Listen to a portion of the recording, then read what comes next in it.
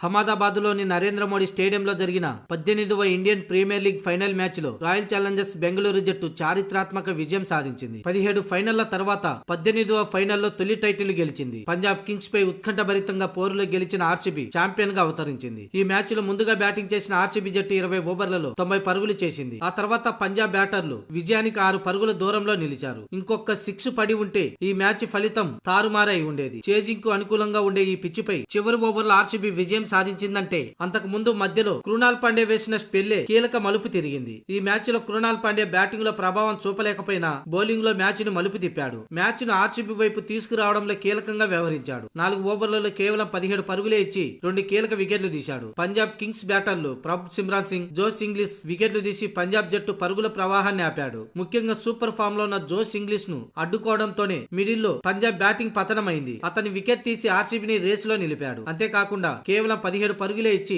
Punjab score బోర్డుని దెబ్బ కొట్టాడు. చేయాల్సిన రన్ రేట్ పెరిగిపోవడంతో పంజాబ్ కింగ్స్ వరుస వికెట్లను కోల్పోయింది. దీంతో ఆర్సీబీ విజయంలో తన వంతు కీలక పాత్ర పోషించిన కృణాల్ పాండ్యాకు player of the match award లభించింది. ఇక ఫైనల్ మ్యాచ్ గెలిచిన అనంతరం కృణాల్ పాండ్యా స్పందించాడు. మా బ్యాటింగ్ సమయంలో డగౌట్ లో కూర్చొని మా బ్యాటర్లతో పిచ్ గురించి చర్చించాను. స్లోయర్ బాల్స్ ఆడడం కష్టంగా ఉందని తమ బ్యాటర్లు చెప్పారు. దాంతో నేను ఎంత నెమ్మదిగా బౌలింగ్ చేస్తే అంత మంచిదనే విషయం అర్థమైంది. ఈ క్రమంలోనే నన్ను నేను నమ్ముకొని వేగాన్ని మార్చుకొని బౌలింగ్ చేశానని, పరిస్థితులను అందిపుచ్చుకోవటం నా ప్రధాన బలం. అందుకే పరుగులు ఇవ్వకుండా వికెట్లు తీస్తూ తన వంతు విజయంలో కీలక పాత్ర పోషించానని కృణాల్ పాండ్యా చెప్పుకొచ్చాడు. అయితే ఈ మ్యాచ్ కు ముందు మేము టైటిల్ గెలుస్తామని ముందే తన తమ్ముడు హార్దిక్ పాండ్యాకు ఫోన్ లో చెప్పాను. 10 ఏళ్లలో పాండ్యా కుటుంబంలో 8 ఐపీఎల్ ట్రోఫీలు ఉన్నాయని, ఈ రోజు 9వ ట్రోఫీని గెలుస్తామని తన తమ్ముడు హార్దిక్ పాండ్యాకు ఫోన్ లో వివరించినట్టు కృణాల్ పాండ్యా చెప్పుకొచ్చాడు. అనుకున్నట్టుగానే టైటిల్ గెలిచాం. నేను మా తమ్ముడు వేరు జట్లలో ఉన్నప్పటికీ ఆయా జట్ల తరపున టైటిల్స్ గెలవడమే మా ప్రధాన లక్ష్యమని కృణాల్ చెప్పుకొచ్చాడు.